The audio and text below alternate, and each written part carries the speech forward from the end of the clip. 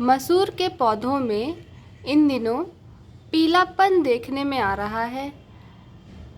किसान भाइयों का कहना है आने वाले दिनों में उसमें लाही की भी समस्या आएगी, अतः आप इसका समाधान बताने का कष्ट करें।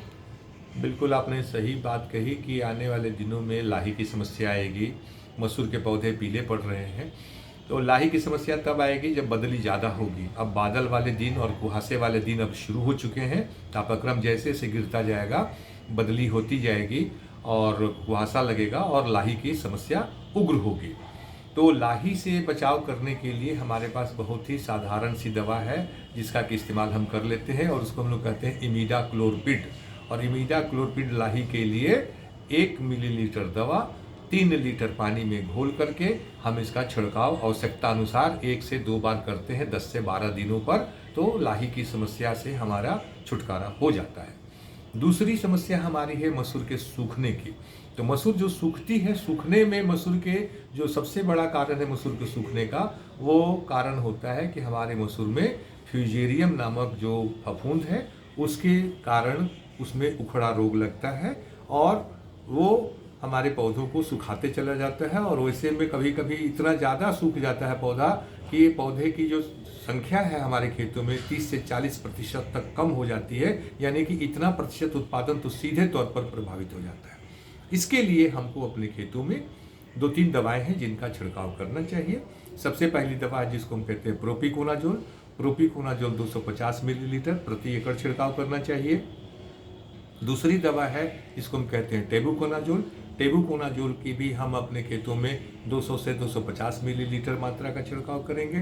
तीसरी दवा है जिसको हम बोलते हैं एजेटोस्ट्रोबिन और टेबुकोनाजोल।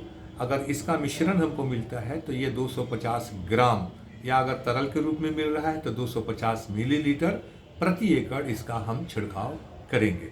छिड़काव में एक बात का हम ध्यान रखते हैं कि पहला तो ये कि जो सुबह के समय में हम छिड़काव नहीं करेंगे, क्योंकि सुबह के समय में बहुत ज़्यादा ओस गिरने के कारण पत्ते गीले रहते हैं और कई बार दवा का जब हम इस्तेमाल करते हैं तो दवा जो है टपक करके नीचे ज़मीन में चली जाती है और पत्तों पर टिकती नहीं है। दूसरी बात ये ध्यान देने की है कि ठीक है अभी बारिश नहीं होगी, लेकिन कई बार बरसात जैसे मौसम भी हो जाते हैं। तो अगर कोई इस तरह की भविष्यवाणी या फोरकास्टिंग आपको मिल रही है कि बारिश होने वाली है तो उसको बचा देंगे, उस समय में दवा का छिड़काव नहीं करेंगे। और तीसरी बात कि जब दवा का छिड़काव करें तो उसमें कोई न कोई चिपकने वाला कोई भी पदार्थ, अगर आपको कुछ भी नहीं मिलता है तो कम से कम 200 से 250 मिलीलीटर जो चावल का जो माड़ है उसको 4-5 लीटर पानी में घोल दीजिए और उसको कपड़े से छान दीजिए और उसको अपने मुख्य घोल में मिला दीजिए।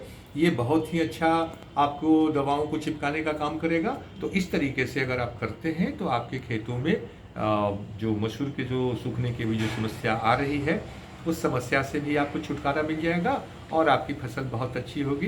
दूसरी बात कि आपने फसल में दवा का छिड़काव किया, जो पौधे आपके मर गए उतना तो नुकसान आपको हो चुका है। इसकी भरपाई करने के लिए मेरा सुझाव होगा कि NPK 18-18-18 अगर 30 से 40 दिन के पौधे हैं तो उसमें 1 किलोग्राम प्रति एकड़ की दर से, और अगर 50 दिन से ऊपर के पौधे हैं तो 2 किलोग्राम 2 बार 20 दिनों के अंतराल पर इसमें छिड़काव अगर आप करते हैं NPK का, तो फसल का जो विकास होगा बहुत अच्छा होगा। उसमें बहुत अच्छे संख्या में फूल लगेंगे, दाने बहुत अच्छे लगेंगे और आपको जो उत्पादन जो आप चाहते